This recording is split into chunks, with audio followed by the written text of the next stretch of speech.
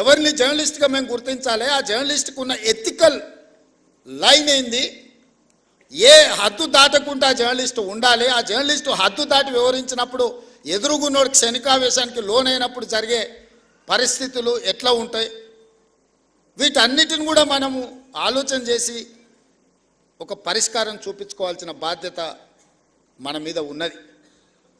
నేను ఇంకొక మాట కూడా చెప్పదలుచుకున్నా.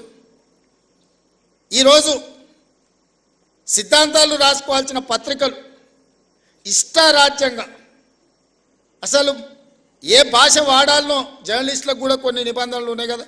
అసెంబ్లీలో మేము ఏదైనా మాట్లాడితే రికార్డుల నుంచి తొలగించడమనో, లేకపోతే ఈ భాషకు పద్ధతి లేదనో మనం పార్లమెంటరీ వ్యవస్థలో మనం అనుకుంటున్నాం కదా. మరి పత్రికలకు జర్నలిస్టులకు ఏ భాష రాయాలి, ఎలాంటి భాష వాడాలి, ఏ పదప్రయోగం, హోదాని బట్టి రేవంత్ రెడ్డి మీకు నచ్చకపోవచ్చు యాజ్ ఎ ఇండివిజువల్, కానీ Revanth Reddy is Telangana chief minister. Telangana chief minister అనేది ఒక గౌరవప్రదమైన హోదా, ఒక జర్నలిస్ట్ అనేది ఒక గౌరవప్రదమైన హోదా. వ్యక్తితో నీకు నచ్చవచ్చు నచ్చకపోవచ్చు, ఆ హోదా మనమందరు ప్రజలందరూ కలిసి ఇస్తే వచ్చిన హోదా. ఆ హోదాని గౌరవించాల్సిన బాధ్యత ఆ పత్రికలకు కానీ, ఆ పత్రిక యజమానుల ముసుగుల్లో ఉన్న రాజకీయ పార్టీ నాయకులకు కానీ ఉండదా? వాళ్ళకి లేనప్పుడు మేమెందుకు పాటించాలనేది నా ప్రశ్న. వాళ్ళు ఆ బాధ్యతను మరిచి అసభ్యంగా వ్యవహరించి అసందర్భమైన అంశాలను ప్రస్తావిస్తే న్యాచురల్గా రియాక్షన్ ఉంటుంది. ఆ రియాక్షన్ని మొత్తం జర్నలిస్టులకు మీరు ఆపాదించుకోకండి. దయచేసి వేదిక మీద నుంచి మీడియా మిత్రులకు నా విజ్ఞప్తి ఒక్కటే, ప్రజల కోసం ప్రజల మధ్యలో ఉండి ప్రజా సమస్యల్ని వెలికితీసే జర్నలిస్టులు ఒక వర్గం అయితే, కేవలం రాజకీయ పార్టీ యజమానిని రక్షించడానికి, ఆ యజమానికి మొత్తం వ్యవస్థను అప్పచెప్పడానికి ప్రయత్నం చేస్తున్న వాళ్ళు ఇంకొక కోవా. ఈ రెండింటిని మీరు విడదీయండి. ఈ రెండింటిని కలగాపులగం చేయడం ద్వారా నిజమైన జర్నలిస్టుకు నష్టం జరుగుద్ది.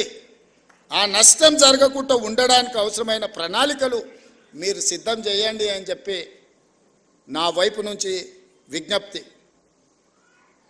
అసెంబ్లీలోకైనా లేకపోతే సెక్రటేరియట్లోకైనా ప్రభుత్వ కార్యాలయాల్లోకైనా మిమ్మల్ని అనుమతించడానికి ఎలాంటి అభ్యంతరం లేదు. దానికి సరైన కార్డు తీసుకోండి, సరైన విధానాన్ని తీసుకొని రండి. నేను మా మంత్రి గారికి సూచన చేస్తున్నా. నెక్స్ట్ స్టెప్ అదే.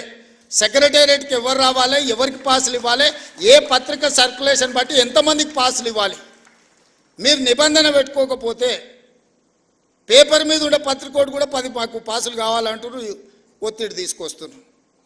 ప్రజలలో ఉండే పత్రికలకు పేపర్ మీద ఉండే పత్రికలకు ఉన్న తేడాను కూడా మీరే డిఫైన్ చేసుకోండి. అసెంబ్లీకి కూడా ఎంత సీనియర్ వాళ్ళు. పార్లమెంట్లో నేను అప్పుడు ఎంపీని కాదు, కానీ ఎమ్మెల్సీగా ఎమ్మెల్యేగా పార్లమెంట్కి పోయినప్పుడు సీనియర్ జర్నలిస్టులు మన తెలుగు వాళ్ళు కూడా సెంట్రల్ హాల్కి వచ్చేది. సెంట్రల్ హాల్లో ఎమ్మెల్యేలు కూడా అనుమతి తీసుకోవాలంటే సపరేట్ పాస్ తీసుకొని పోవాల్సి వచ్చేది. ఎంపీలు ఎక్స్ఎంపీలు వాళ్ళకి మాత్రమే సెంట్రల్ మినిస్టర్స్కి అనుమతి ఉండే, స్టేట్ మినిస్టర్స్ కూడా పాస్ తీసుకొని పోవాలి. కానీ జర్నలిస్టులకు పర్మనెంట్ పాస్ ఉండేది సెంట్రల్ హాల్లో. నేను ఒకసారి అనుకున్న, ఒక జర్నలిస్ట్కు పాస్ ఇచ్చిన వాళ్ళు మాకెందుకు ఇయ్యారా అని. అంటే వాళ్ళు 20-25 ఇయర్స్ వాళ్ళు ఈ ప్రొఫెషన్లో ఉండరు, వాళ్ళు దీన్ని అగౌరవపరచరు, వాళ్ళు ఒక గౌరవప్రదంగా దీన్ని కాపాడతారు కాబట్టి వాళ్ళకి సెంట్రల్ హాల్కి అనుమతి ఇచ్చిందని ఆ రోజు చెప్పారు. అంటే జర్నలిస్టులకు పార్లమెంటరీ పార్టీ వ్యవస్థలో ఎంత ప్రాధాన్యత ఉండే దీన్ని బట్టి మీరు అర్థం చేసుకోండి. ఇవాళ అసెంబ్లీలో కానీ సెక్రటేరియట్లో కానీ ముఖ్యమంత్రి కార్యాలయంలో కూడా మిమ్మల్ని నియంత్రించాల్సిన అవసరం లేదు. మీరు ఆ సీనియారిటీని, ఆ ఎక్స్పీరియన్స్ను, ఆ పత్రికకున్న ప్రాధాన్యతను మీరు డిఫైన్ చేసుకోండి. చేసుకున్నప్పుడు మీరు వాకిన్ ముఖ్యమంత్రిని కలవడానికైనా, వాకిన్ ఎనీ అదర్ మినిస్టర్ని కలవడానికైనా అనుమతించడానికి మాకు ఎలాంటి అభ్యంతరం లేదు. On record of the record అనుకున్నప్పుడు మనం కొన్నిసార్లు కొన్ని పాత్రికా మిత్రులతో జనరల్ చిట్ చాట్ చేస్తాం. వాళ్ళు కొన్ని అవి ప్రస్తావించరు, అంటే డిఫర్ అయినా కూడా ప్రస్తావించరు.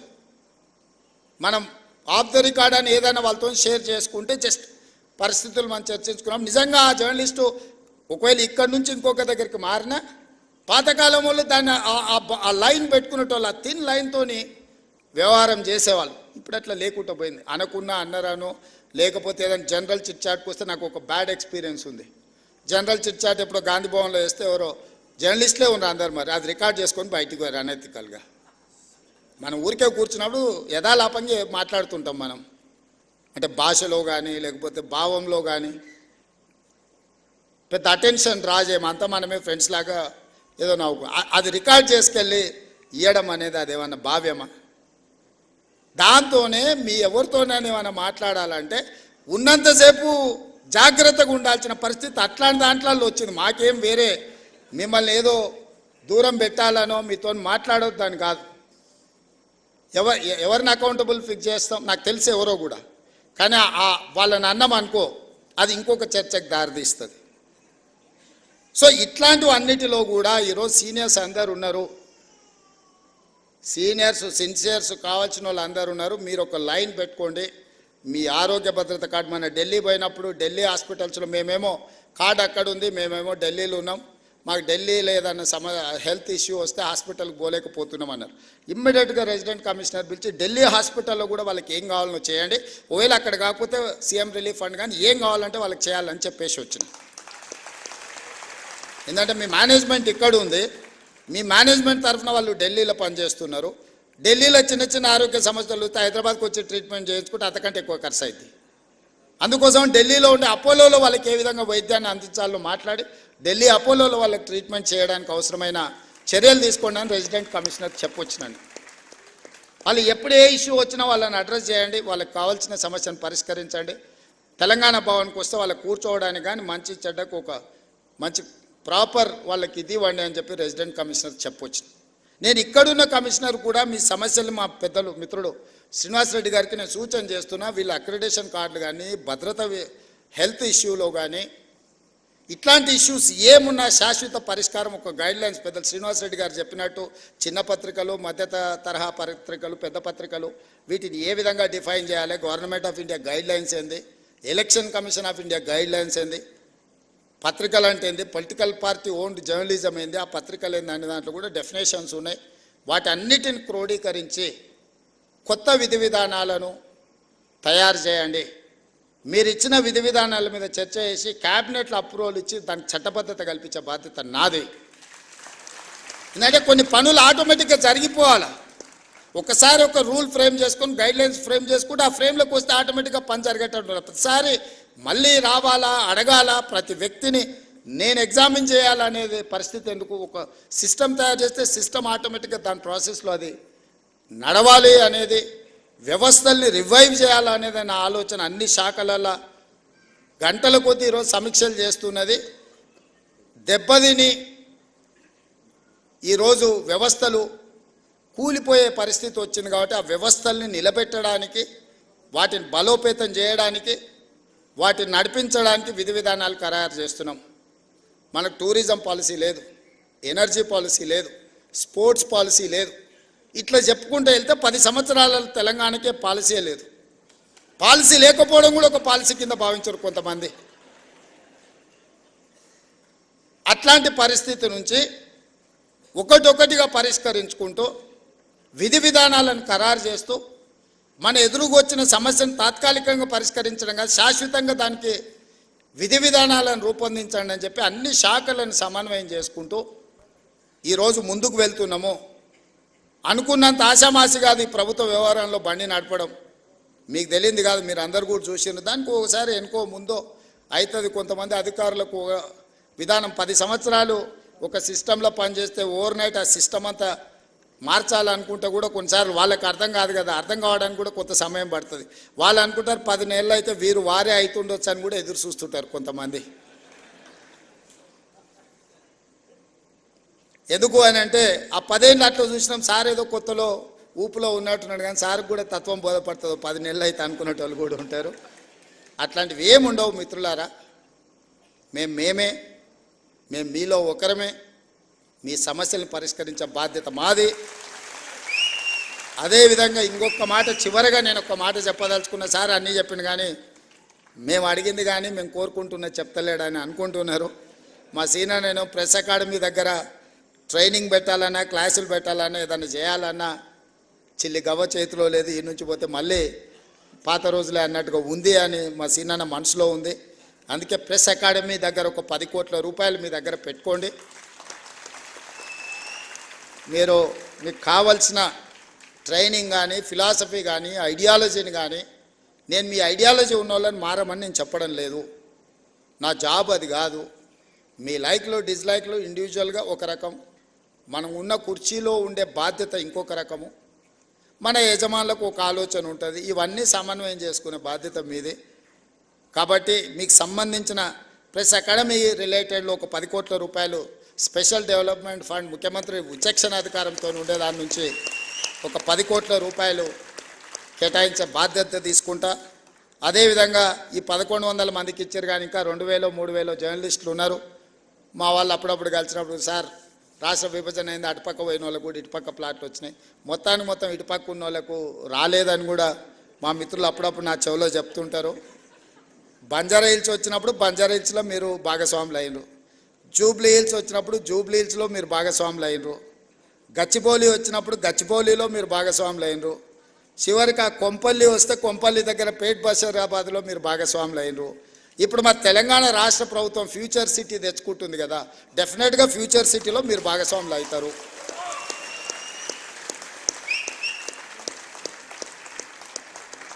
ఎవరైతే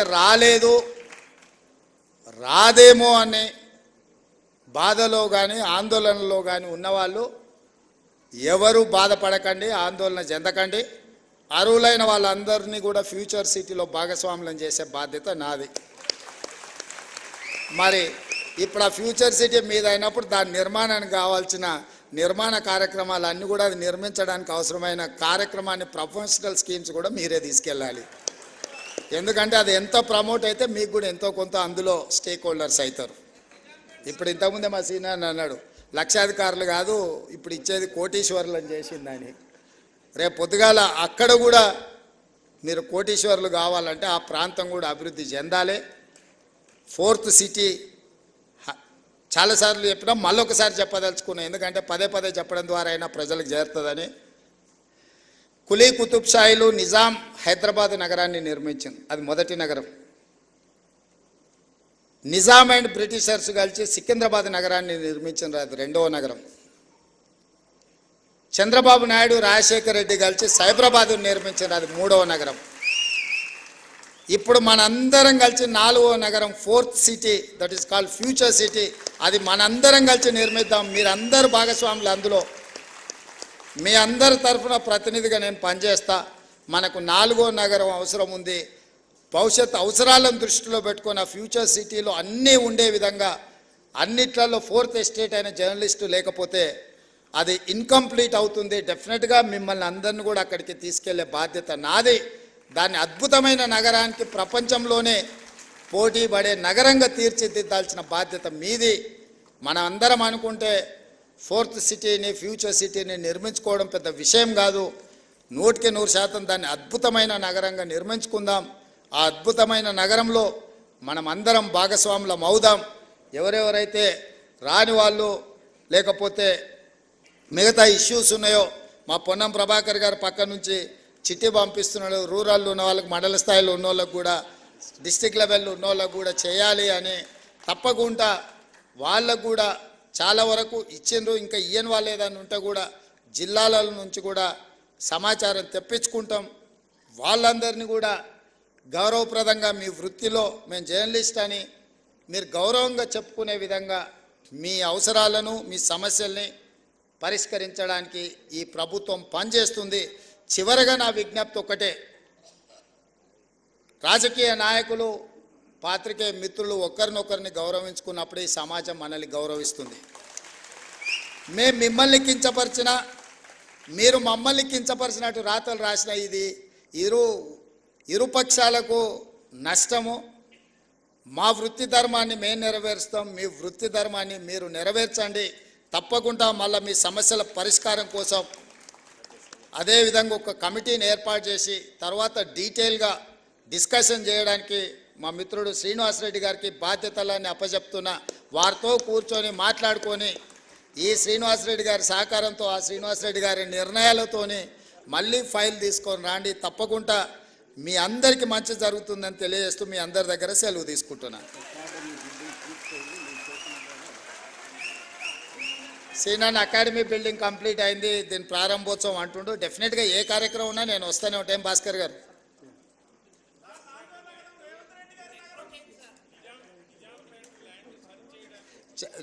డెఫినెట్గా వంశీ చెప్పింది నాకు గుర్తుంది.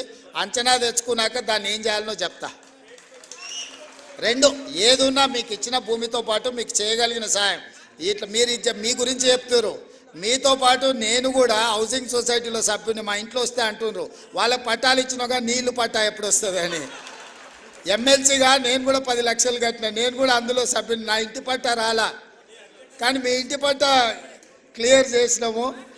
కాబట్టి తప్పకుండా మీరు తీసుకొచ్చిన సమస్యలు మా అధికారులు రాసుకున్నారు. వాటిని దృష్టిలో పెట్టుకొని తప్పకుండా వాటిని పరిష్కరించడానికి ముందుకెళ్తామని తెలియజేస్తూ సెలవు తీసుకుంటున్నా. ధన్యవాదాలు మిత్రులారా.